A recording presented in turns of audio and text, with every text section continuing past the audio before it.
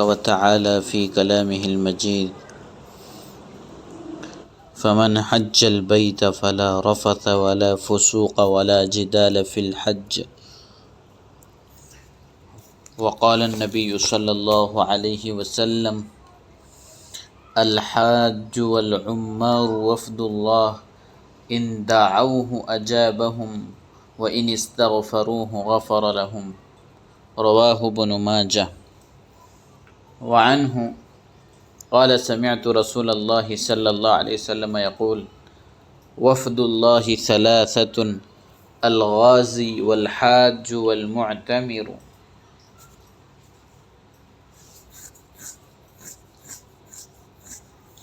رواه النسائي والبيهقي في شعب الإيمان.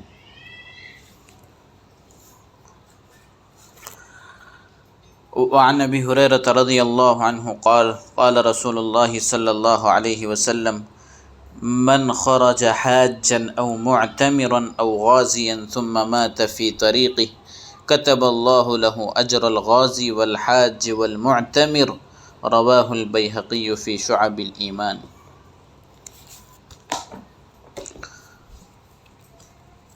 المصالح المرعية في الحج أمور،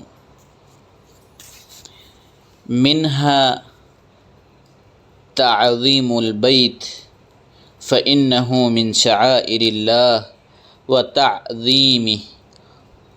وتعظيمه هو تعظيم الله تعالى. ومنها تحقيق معنى العرضة فإن لكل دولة أو ملة اجتماعا يتوارده الأقاصي والأداني ليعرف فيه بعضهم بعضا ويستفيدوا أحكام الملة ويعظموا شعائرها. والحج عرضة المسلمين وظهور شوكتهم واجتماع جنودهم وتنويه ملتهم. وهو قوله تعالى: وإذ جعلنا البيت مثابة للناس وأمنا. ومنها موافقة ما توارث الناس عن سيدنا إبراهيم وإسماعيل عليهم السلام، فإنهما إماما الملة الحنيفية ومشرعيها للعرب. والنبي صلى الله عليه وسلم بعث لتظهر به الملة الحنيفية وتعلو به كلمتها. وهو قوله تعالى: ملة أبيكم إبراهيم. فمن الواجب على الناس المحافظة على ما استفاض عن إماميها كخصال الفطرة ومناسك الحج. وهو قوله صلى الله عليه وسلم: قفوا على مشاعركم فإنكم على إرث من أرث أبيكم إبراهيم. ومنها الاصطلاح على حال يتحقق بها الرفق لعامتهم وخاصتهم كنزول منى والمبيت بمزدلفة، فإنه لو لم يصطلع على مثل هذا لشق عليهم، ولو لم يسجل عليه لم تجتمع كلمتهم عليه مع كثرتهم وانتشارهم. ومنها الأعمال التي تعلن بأن صاحبها موحد تابع للحق متدين بالملة الحنيفية شاكر لله على ما أنعم على أوائل هذه الملة كالسعي بين الصفا والمروة، كما أشار إليه الآية: إن الصفا والمروة من شعائر الله. ومنها أن أهل الجاهلية كانوا يحجون وكان الحج أصل دينهم، ولكنهم خلطوا عملا ما هي مأثورة عن إبراهيم عليه السلام، إنما هي اختلاف منهم وفيها إشراك لغير الله كتعظيم إساف ونائلة. إساف بكسرة الهمزة ونائلة صنمان زعموا أنهما زنيا في الكعبة فمسخا. وكالإهلال لمنات الطاغية وكقولهم في التلبية: لا شريك لك إلا شريكا هو لك. ومن حق هذه الأعمال أن ينهى عنها ويؤكد في ذلك، وأعمالا انتحلوها فخرا وعجبا كقول خمس: نحن قطان الله فلا نخرج من حرم الله، فنزل: ثم أفيضوا من حيث أفاض الناس، وكذكرهم آباءهم أيام منى، فنزل: فاذكروا الله كذكركم آباءكم وشد ذكرا. ولما استشعر الأنصار هذا الأصل تحرجوا في السعي بين الصفا والمروة، حتى نزل: إن الصفا والمروة من شعائر الله، فمن حج البيت أو اعتمر فلا جناح عليه أن يطوف بهما.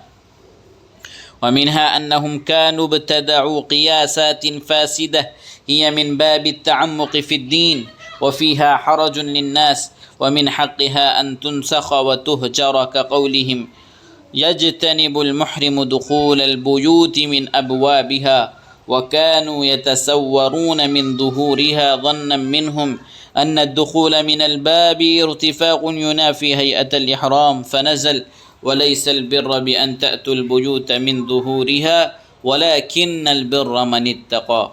وككراهيتهم في التجارة موسم الحج ظنا منهم أنه تخل بإخلاص العمل لله، فنزل: ولا جناح عليكم أن تبتغوا فضلا من ربكم. وكاستحبابهم أن يحجوا بلا زاد ويقولوا: نحن المتوكلون، وكانوا يضيفون على الناس ويعتدون، فنزل: وتزودوا فإن خير الزاد التقوى. وكقولهم: من أفجر الفجور العمرة في أيام الحج، وقولهم: إذا انسلخ صفر وبرأ الدبر وعفى الأثر حلت العمرة لمن اعتمر. وفي ذلك حرج للآفاق.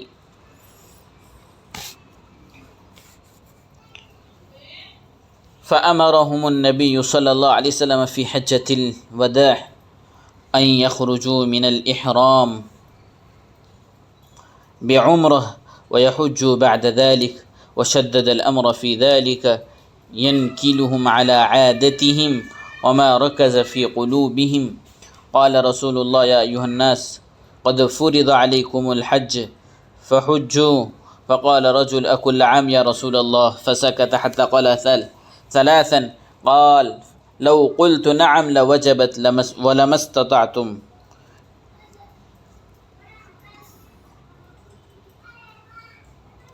أقول سره أن الأمر الذي يعد لنزول وحي الله بتوقيف خاص هو إقبال القوم على ذلك وتلقى علومهم وهممهم له بالقبول، وكون ذلك القدر هو الذي اشتهر بينهم وتداولوها.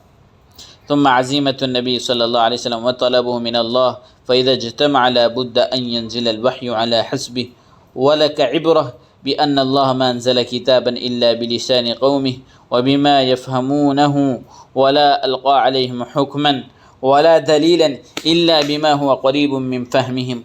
كيف ومبدأ الوحي اللطف،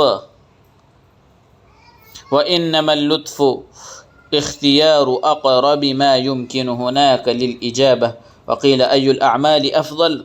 الإيمان بالله ورسوله. قيل: ثم ماذا قال؟ الجهاد في سبيل الله. قيل: ثم ماذا قال؟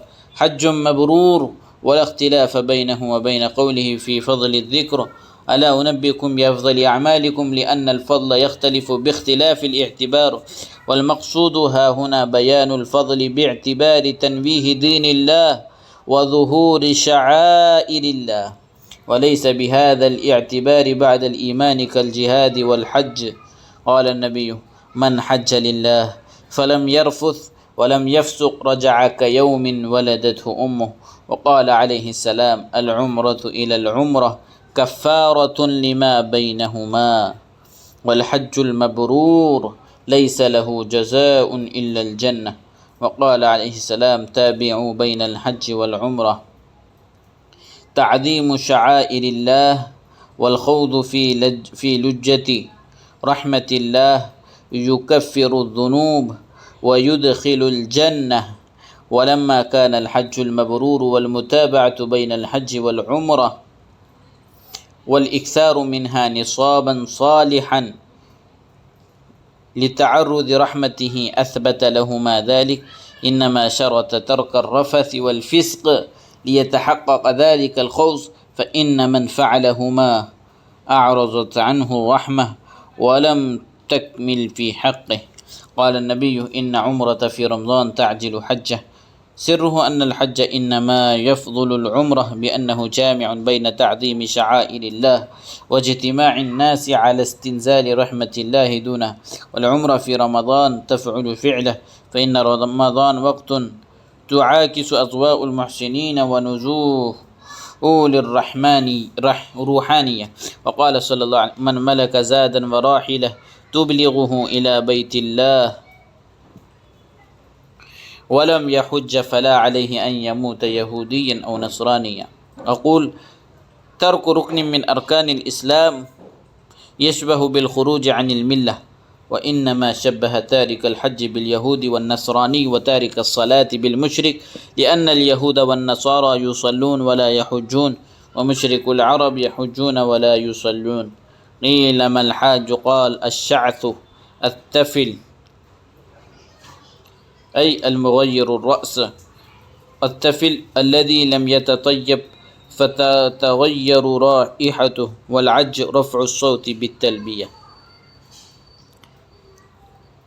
قيل: ما السبيل؟ قال: زاد وراحلة. أقول: الحاج من شأنه أن يذلل نفسه لله، والمصلحة المرعية في الحج إعلاء كلمة الله وموافقة سنة إبراهيم، وتذكر نعم الله عليه، ووقت السبيل بالزاد والراحلة، إذ بهما يتحقق التيسير الواجب رعايته في أمثال الحج من الطاعات الشاقة. اللهم وفقنا لما نحب ونرضى، ووفقنا أن نحج بيته الحرام في كل عام في كل حياتنا مرات وكرات، وما توفيقي إلا بالله. السلام عليكم ورحمة الله وبركاته.